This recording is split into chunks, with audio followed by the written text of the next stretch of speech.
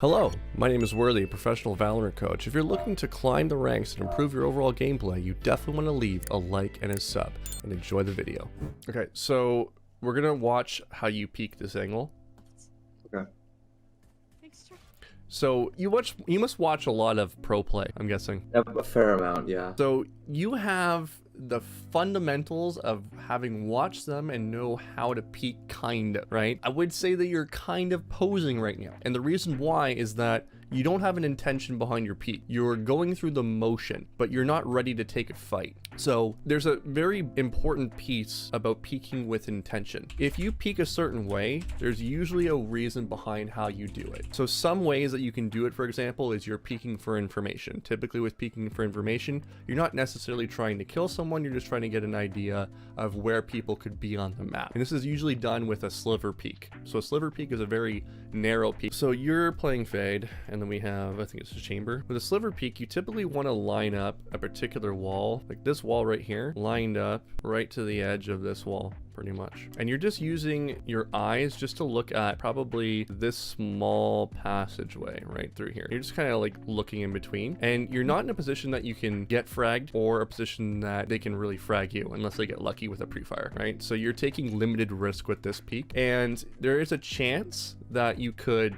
actually kill them because you're gonna shoot and fall away, right? So you basically just take a couple shots down this way, and as you're shooting, you're falling back into cover. Your intention is to survive and escape, and if you do a little bit of damage, that's a bonus, but you're just trying to get information.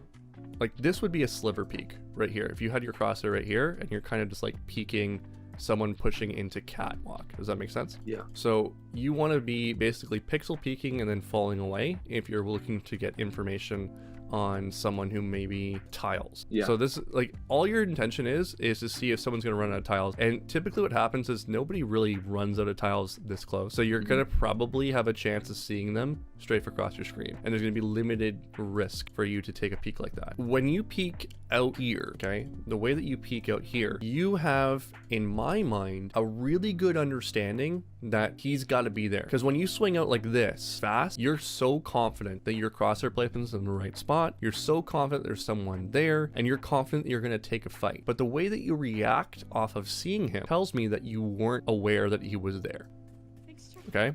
Because you miss almost instantaneously. Now, had this been anyone else who was intentionally peeking and swinging wide to get the kill, they would have instantly headshot them right in the right. So if you don't know where he is, you typically just want to do a little jiggle peek and then run away. So you're here and you run away if you're not ready for the fight. But if you hear him running around, you hear that he's there and you know it, this is the kind of peek that you want to do. Nice and wide, and then shoot with your crosshair placement in the right spot. So in this round, we're gonna find the oh shit protocol, oh shit line protocol. Okay, so I'm gonna ask you a question right now. The oh shit line protocol is basically understanding where our enemies are coming from and where we are safe and where we are not. So if we take this line right here, we're gonna draw a little line. I want you to give me an idea of if we are safe or not. I'm drawing a line right in the areas that I think are completely unsafe, right over here. Okay, so pretty much anything beyond this line. So I'm gonna just go over it because you can't see. It's like this. This is our line right here. So whenever we're facing the oh shit line, we need to have our weapon out. We just need to. This is a non-negotiable. Because if you don't, you get caught. And I don't think you get caught in this game too often. Maybe once or twice. But I'm trying to save you pain for the future. So this is a great way of thinking about it. So let's watch. Tell me when you're not safe. Yeah, as soon as I step into B main. Yeah, now you may think, because you have your gun out, right? But you're actually in an animation. And there's a high chance there could be someone right here. So if this was tens, I'm sorry, sir, but you're in for an early grave, right? Yeah. In fact, if it was anyone, you should be dead, okay? Yeah. So just thinking about these little things. This was a small infraction, but it's the first time we're gonna see it, and it's gonna happen multiple times. So whenever you don't hear someone running, okay, you wanna hold your crosshair relatively close to the wall because they're gonna probably walk out on you. Now, if he knows you're there, which he does, he's probably not gonna walk out. We wanna have the crosshair a little bit further away to catch them swinging on you. This is a matter of reaction time. There's also some displacement issues when it comes to latency when someone's peeking you with peeker's advantage. You having your crosshair a little bit wider is where you want to have your crosshair placement set up. Anytime you hear someone running at you, you need to be wider. If someone knows where you are, you need to be wider generally because they're going to swing on you wide. So right now you're keeping the crosshair pretty darn close, and you have to swing to adjust for the big wide peak that they're going to do. And another piece, if we're going to dive into this a little bit more, the path to victory is another protocol. The path to victory is through the eyes of the opponent. Now, if you were Neon, how would you swing a person that you know is there? We talked about this first round. Yeah, I would swing wide. You would swing wide, exactly. So think about it from their perspective. What would I do if I were them? That will help you better understand where your crosshair placement should be. But you can notice right away, if you look at this is just Shaquille O'Neal protocol right here. Like you're expecting Shaq to fucking peek out here. Like we're kind of in the middle. We're kind of in the middle of nowhere with this crosshair placement, right? So it's something that you want to be taking in and just realizing. So I'm gonna explain the rollover method to you. So the rollover rotation. Now, whenever some sites get like aggressed on, so this is kind of like an example right here where you think they might be going towards A. Everyone should shift over one direction to the left towards A. So that means if we go back a little bit, so this is our starting position. So we have over here, we have an anchor player, which is Killjoy, and then Viper is our anchor player on A site. Okay, so the rest of you are floats. You guys are the ones that are going to be rotating regularly, right? You're moving around quite frequently to counter and predict and gamble where you think people are going to go. She's here to call out Maid. Now Jet moves, and Jet should actually be taking over mid from you while you rotate through to catwalk. But because you don't make the move, Jet decides that she's going to go into catwalk.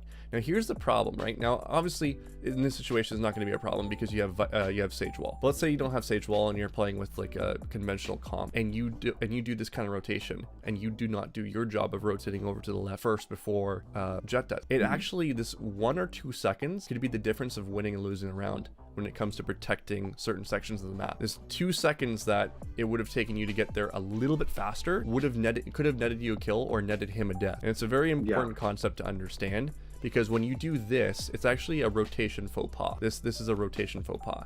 You never want to crisscross people's job when you're rotating, because for that exact reason, you will cause more deaths. And a lot of people go like, oh, I don't know why I died here. It's like, well, you actually rotated wrong. A lot of the times it's an incorrect rotation. I'm dead. Okay, she's coming in hard on you right now. She's pissed. High chance she could be right here. So we need to be ready for that. Good. So you're looking at the oh shit line right now with your gun out. Here's the issue. High chance she could be pushing through on you. You have now chosen to be completely exposed and open. If she peeks on you, she will have peeker's advantage, and she'll probably hit you at least minimum 2 times with her shock before you even have a chance to react to her. That's how crazy peeker's advantage is. So peeker's advantage is basically she swings out, you can't see her for a little bit, and then the server will interpret where she is and show it to you. So if she swings you straight on right now, you're at a massive disadvantage, which is kind of what happened. She walks it, but you won't react for a little bit. Now, if we're talking about breaking down the actual fight, you get caught here. You're scared. That's why you shoot as you're moving, right? Interpreting the fact that she's pissed and she's running up here and this is a possibility, we need to actually post up against this wall for a second to see if it's coming, and then you go. And there's no rush for you to take this space right away, because guess what? The bomb's not down yet. So they need to make that move first. This is another timing issue. Here's the feedback for you. Where's your eyes right now? I think right now they were on the mini map. Hopefully. That was just my Because if they're on the mini map, you would probably interpret that she moves fast with her ult, and she could be right here right now. And we make a joke about Shaquille O'Neal, but now you're shooting at a hobbit head, right? Yeah. You're about to shoot the traveler in the knee, all right? You used to be an adventurer like you, and then I took a bullet to the knee. Literally what's going to happen, you're going to shoot her knee here. So you need to be ready for that. So I'm willing to gamble based on that. You might have been looking at minimap, but you weren't ready with your intention of peeking here. We have to talk about peeking with intention. What's your intention? Are you expecting a fight here? If you are, get the crosshair at head level. And what you can do is literally just hop into server and figure out where head level is for every angle that you normally peek. Take 1 map at a time, 1 map a day, and then for the next 6 days or a week, you should have it all down and an idea, at least in the back of your hand. You know exactly where it could potentially be. at least be close to it. What were your top takeaways from today? I think my talk were definitely risk assessment, and then utilizing like my allies' visions on the mini map and how I can use that for just like general positioning. Yeah, there's so much on the mini map that you can learn and use, right? Like you can actually, as funny as this sounds, you could play the entire game just by looking at your mini map, right? Yeah. If you understand where head level is naturally, you can just look at your mini map the entire time and just like frag people. Yeah, I think on how you covered on how I need to be peaking more with intention versus when I'm peaking for information, and like in that first, or was it, yeah, it was the first round or second? Yeah, it was the first round. And how I was peaking with like faux intent, and it's the reason that I died, and I could have just like played off my team, especially in the second round, like with the Sage, but I could have played off my team better there, and then like peaked better for information, and then peaked with intent instead of just like taking unnecessary risks. And yeah, crosshair placement. I think crosshair placement was the third big thing. Yeah, And so I didn't even notice how off it was. and that's what's great about VOD review, right? Because then you can really like see it for yourself and be like, whoa, that's like crazy. But yeah, my feedback for you is sometimes you gotta do the things you don't like to do and things that aren't as fun, but you need to hop into a custom and practice finding head level for everything. Okay.